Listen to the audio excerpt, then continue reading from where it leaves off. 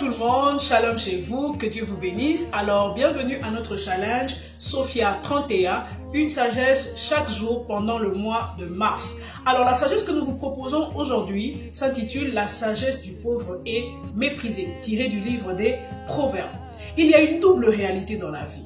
Il existe des riches sages et des pauvres insensés.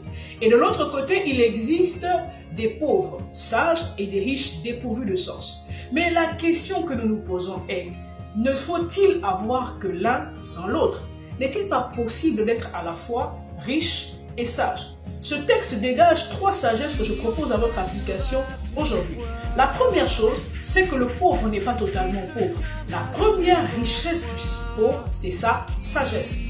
Personne ne vient totalement vide sur la terre, car Dieu a pourvu afin que chacun ait une portion d'intelligence, de sagesse et de quoi offrir. Deuxièmement, ce texte nous emmène à comprendre, selon la sagesse de Dieu, que le pauvre n'est pas obligé de rester pauvre. Il peut utiliser sa sagesse pour devenir riche. Il peut utiliser sa sagesse pour se créer une sphère plus élargie d'influence et être écouté. Mais la troisième sagesse que nous dégageons de cette pensée est que les nantis ne trouveront pas toujours la sagesse dont ils ont besoin uniquement dans leur milieu.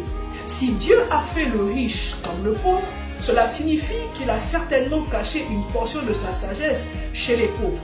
Ainsi, tout nanti qui voudrait accumuler son savoir, augmenter sa sagesse, devra à un moment de la vie prêter son oreille aux pauvres. Pauvre, tu as de quoi devenir riche et c'est ta sagesse. Nanti, il y a une sagesse cachée chez le pauvre que tu méprises. Que la sagesse soit notre partage à tous. À demain.